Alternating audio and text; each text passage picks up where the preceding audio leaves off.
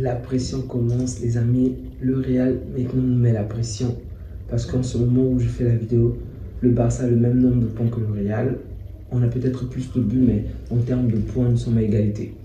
Donc le Real qui s'est imposé 2-0 face au Villarreal. Je suis déçu, vraiment déçu de la performance des joueurs du Villarreal. Je m'attendais largement à un meilleur match que celui-là. Mais l'équipe existait pendant les 25 premières minutes. Après, elle s'est volatilisée. Vraiment, Chikwueze m'a énormément manqué. Je me suis dit, si seulement il était encore là, Chikwueze aurait peut-être fait la différence. Ils se sont quand même de temps en temps, difficilement, mais de temps en temps procuré quand même de bonnes occasions, surtout en deuxième période, où ils pouvaient faire la différence, mais ça n'a vraiment pas marché. Des remplacements ont été réalisés peut-être trop tardifs. Par exemple, Lias. J'aurais souhaité qu'il rentre un peu plus tôt, vraiment. Il a eu de très bonnes choses, de bonnes percussions, mais il est rentré assez tardif et il n'a pas su faire la différence lui également. Il n'a pas pu trouver le cage. Mais le joueur qui doit vraiment faire le somme aujourd'hui à Marseille, c'est certainement Pape Gueye. Il a fait une très bonne performance, vraiment. Marseille a perdu quand même une pioche assez importante. Il n'a peut-être pas eu le même niveau lorsqu'il jouait au Marseille, mais il a fait un très bon match, vraiment excellent match de Pape Gueye. Du côté du Real, je dois dire que c'est pas rassurant, en tout cas pour moi en tant que Barcelonais. Je pense que les nouvelles ne sont pas rassurantes. On voit un peu plus de cohérence dans le groupe, ok. Déjà, je pense que Tchouaméni, il faut le laisser dans l'axe, au centre même, en défense. Vraiment, il est largement mieux, ok. Les performances sont meilleures. Il n'y a pas très longtemps, je le critiquais au milieu du terrain, mais en défense centrale, en tout cas, il joue très bien. Rudiger aussi a fait le match qu'il fallait. Je n'ai vraiment rien à dire par rapport aux défenseurs. Mendy, ça va un tout petit peu. Carvajal, c'est vrai qu'il est peut-être moins bon que pendant l'Euro, mais il fait un très bon taf. D'ailleurs, c'est la mauvaise nouvelle de la soirée. Il est blessé et par rapport à ce qu'on a vu sur le terrain, ça pourrait être pour une très longue durée. Donc, Carvajal qui sort sur blessure, sur civière, malheureusement pour lui, je lui souhaite en tout cas un bon rétablissement. Au milieu du terrain, il a déjà eu une meilleure cohérence, un meilleur groupe, un groupe vraiment soudé, qui joue bien, qui se passe bien la balle. C'était très beau à voir. En tout cas, lorsqu'on est les Madrid, bien évidemment. Modric, malgré qu'il a 200 ans, il est rassurant, vraiment, des bonnes passes. Il est vraiment dans le jeu, même si la vitesse fait défaut, mais il est très très bon. Valverde, le roi des bangers, il est tellement loin, mais les puissants tirs, vraiment, ces tirs sont tellement puissants que le gardien doit être aux aguets H24, vraiment pendant 90 minutes. Le gardien ne doit jamais baisser sa garde et malheureusement, une petite seconde d'inattention a fait en sorte que tout le match soit en la faveur du Real. Vraiment excellent match une fois encore de Valverde. C'est peut-être le meilleur joueur de cette équipe depuis le début de cette saison. Je parlerai peut-être un peu moins bien de Bellingham parce que Bellingham est moins décisif que l'année dernière et ça c'est évident pour tout le monde. J'aurais vraiment souhaité, bon, en tant que fan du football bien évidemment, pas du Barça, mais en tant que fan du football, j'aurais vraiment souhaité qu'il soit un peu plus offensif comme l'année dernière. C'est vrai que ils ont essayé de switcher. L'année dernière, il n'y avait pas Vinicius en ce temps-là, donc il a fallu qu'ils prennent un peu ce costume-là, ok. Mais cette année-ci, on sent très bien qu'il est trop en arrière. C'est comme s'il veut vraiment céder la place aux trois grands noms, Rodrigo, Mbappé et Vinicius. Mais aujourd'hui, ce qu'on pense, c'est que offensivement, le Real n'est pas bon, ok. Offensivement, le Real n'est pas au top, on va dire, n'est pas au top. Donc, lui, je pense qu'il pourrait vraiment apporter la différence en étant un peu plus en avant, comme un véritable neuf. Déjà, Mbappé n'est pas bon dans ce domaine-là, il faut le dire, d'ailleurs, on va y revenir. Donc, qu'il puisse être un peu plus en avant, je pense qu'il va apporter cette touche offensive que le Real n'a pas en ce moment. Malheureusement, il joue vraiment en arrière. J'ignore pourquoi, si ce sont les consignes d'Ancelotti ou si c'est juste le temps de récupération. Ce qu'on oublie souvent, c'est que ce qu'il a fait en début de saison l'année dernière, c'est ça l'extraordinaire, c'est ça la chose qui sort du lot. Mais sinon, de base, c'est la norme en fait. C'est un nouveau joueur pour ce club, même si c'est la deuxième saison, il lui faut un certain temps d'adaptation, une certaine manière de jouer, surtout qu'il n'a plus le même poste, qu'il n'a plus, on va dire, la même carrure que la saison dernière, les mêmes objectifs, les mêmes attentes que la saison dernière. Donc c'est peut-être normal également qu'il soit moins percutant, mais c'est quand même frustrant si vous êtes fan du Real de voir qu'il ne marque pas jusque-là et que son impact offensif est moins important que la saison dernière. La saison dernière, à cette époque, il avait au minimum 6 buts et là, ce n'est pas vraiment le cas. Donc c'est peut-être ça le petit regret par rapport à Bellingham. Camavinga, que dire de Camavinga?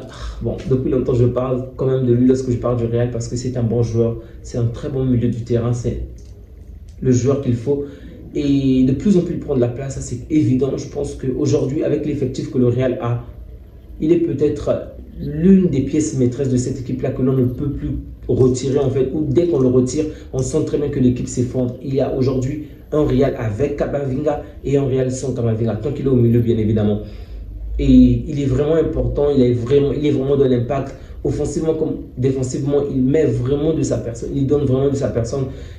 Vraiment, c'est un fabuleux joueur. Non seulement il est talentueux, mais il se tue vraiment la tâche. Et ça, c'est vraiment à féliciter. Très, très bon match de Camavinga.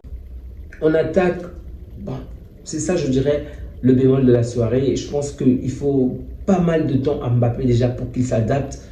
Je comprends, c'est un grand joueur. On a beaucoup d'attentes sur lui, ce que je comprends parfaitement. Et certainement, il reçoit pas mal de critiques. Donc, il faut vraiment qu'il puisse rapidement s'adapter parce que ça risque d'être compliqué pour lui. Pour l'instant, ce n'est pas encore ça. Il a pas mal de buts, on va le dire, si on prend les statistiques simplement. Mais nous savons tous que la majeure partie de ses buts viennent des penaltys.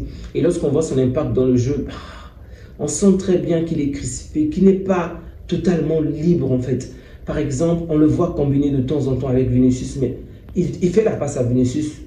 Il est censé être en attaque ou en pointe, enfin, quelquefois. Bon, aujourd'hui, il n'y avait pas Rodrigo à droite, donc il a occupé la partie droite. Mais il est censé aller de l'avant, ok? C'est comme, je te fais la passe en espérant que tu effaces 2 ou 3 joueurs, que tu me remettes la passe en avant, ok? Parce que le but, c'est aller vers le camp adverse, faire du mal à l'adversaire. Mais aujourd'hui, on le voit combiner avec Vinicius. Il fait la passe à Vinicius et dit, c'est comme, laisse aller, quoi. Il reste sur place, que Vinicius continue, que Vinicius termine.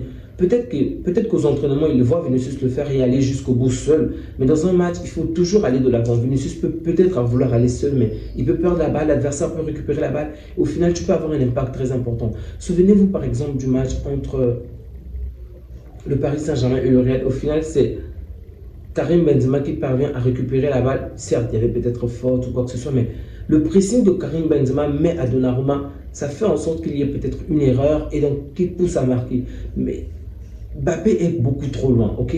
On sent très bien qu'il n'est pas le neuf, qu'il n'est pas le joueur qu'il faut. Peut-être qu'il faudrait que le Real récupère un véritable neuf et que Mbappé puisse de temps en temps switcher avec Bellingham, je sais pas, pardon, avec Vinicius. Peut-être jouer une période au côté gauche, Vinicius côté droit, ensuite switcher à nouveau. Vraiment, je ne sais pas ce qu'il doit faire, mais on sent très bien que ce n'est pas son poste qui n'est pas très fort là. Il va peut-être s'adapter, je précise, c'est peut-être également lié au temps.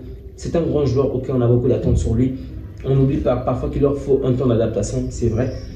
Mais s'il faut du temps d'adaptation, je ne sais pas, peut-être qu'il faudrait, pendant qu'il s'adapte, qu'on mette un autre joueur au centre, aux pointes, pour réellement faire cette différence-là. Parce que pour l'instant, lui, il n'est vraiment, alors là, vraiment pas à la hauteur. Maintenant, nous allons parler de peut-être l'homme du match, en dehors de Camavinga et Valverde. Je dirais Vinicius, il a fait un bon match, un très bon match. Très percutant, très bon dans les dribbles. Récemment, je disais déjà qu'il était peut-être sur une mauvaise phase. Il lui fallait peut-être un temps de repos, mais aujourd'hui, il m'a fait comprendre qu'il est quand même là, il est en forme, toujours dans les discussions et vouloir qu'on puisse sanctionner des joueurs peut-être plus durement même pour des fautes minimes. Il est toujours dans les discussions, mais balle au pied, il est quand même très bon, il est très important pour cette équipe et il fait vraiment la différence par lui-même. Vraiment, c'était pas facile de l'arrêter. Il a vraiment fait un très bon match de son côté gauche. Mais on voit bien que Vinicius avec Mbappé, la combinaison, ce n'est vraiment pas ça. Ils ne sont pas synchrones, ok? Ils ne sont pas synchrones. C'est pas encore fluide. Peut-être qu'il leur faut plus de temps de jeu, plus qu'il y a aussi de l'ego entre ces deux grands joueurs. Je sais pas, je sais pas. Est-ce que le Ballon d'Or, une fois que Vinicius va le recevoir, ça va également changer les choses? Peut-être bien ou peut-être pas. Mais pour l'instant, Vinicius Mbappé, c'est pas en tout cas un duo fluide, c'est pas un bon duo. Mbappé a joué pratiquement plus de 70 minutes et donc lorsqu'on a vu Rodrigo entrer, Rodrigo n'a peut-être pas marqué, mais on a quand même senti la différence entre Vinicius et Rodrigo plutôt que Vinicius et Mbappé. Vinicius et Mbappé, vraiment avec Rodrigo c'est plus simple, c'est clair, c'est net, c'est fluide. Vraiment ça marche bien.